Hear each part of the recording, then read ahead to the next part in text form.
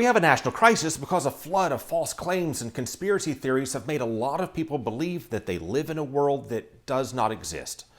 What's happening right now in 2021 may feel vaguely familiar because science fiction writers have imagined it and satirized it and warned us about this for years. The Matrix is the world that has been pulled over your eyes. We have The Matrix, the story of people stuck in a fictional world by a digital network that feeds off of their engagement. We have The Truman Show, a story of a man trapped in a fictional world by a social media experiment that profits off of deceiving him. Was nothing real?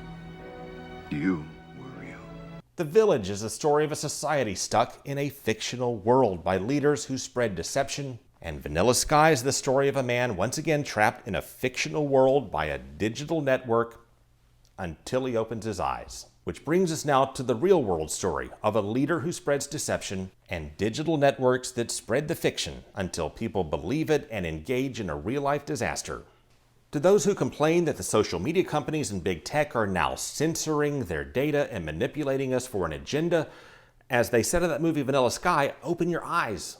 In different ways, that's what they've been doing for years, not for political agenda, but to run up the greatest profit machine in the history of the world. Technology companies are creating addictions at a global scale, profiting off the distribution of fake news and disinformation. In short, it can addict people, or if addict's too strong a word, it can compel people to just keep scrolling through screens and pushing buttons, kind of like a slot machine, which is no accident. And along the way, it can make people anxious if they don't get enough likes, or depressed if they get bullied, and enraged when they see stuff that makes them angry, which drives what they call engagement, which further reveals what kind of stuff pushes their buttons and drives them to action, so that the algorithms and the advertisers can flood you with much more of that stuff, which keeps people worked up and slinging insults through a keyboard, which of course infects our culture and our politics.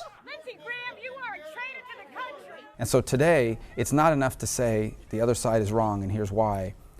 It's almost an immediate step towards demonizing the other side. They're not just wrong on this issue, they're evil, they're horrible. And those algorithms keep pushing stuff that reinforces people's pre-existing beliefs, which delivers a heavily censored caricature of reality. And people are dying at the tune of 3,000 to 4,000 per day. And there are still people who think it's fake and it's made up and it's a conspiracy. And if you happen to click on some kind of conspiracy theory, the algorithms can flood you with so much more and pull you down the rabbit hole. And the deeper you go, the more that it reveals about how you think and what turns you on and what turns you off in what becomes your very own version of The Truman Show. I have been watching you your whole life. I know you better than you know yourself. Which makes it easier for advertisers, including political operatives, to persuade and manipulate people, and that's mainstream society. At the same time, white supremacists and other extremists, dismissed as cranks in their own communities, well, they connect with other cranks and draw support from one another, and they're no longer isolated. The extremists get connected while ordinary people get distracted and disconnected, and we're seeing in real time where that can lead. Now, James Madison warned us that factions and mutual animosity can tear us apart. But in Federalist number 10, he assumed that the sheer size and the diversity of our democratic republic would serve as a firewall. He did not anticipate a network of machines that could spread those flames so far and so fast.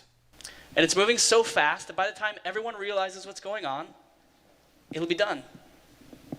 Unless or until people begin to see the world beyond what the algorithms present, which may be happening now as politicians on both sides are calling for calm, and more people may be putting down their devices and opening their eyes.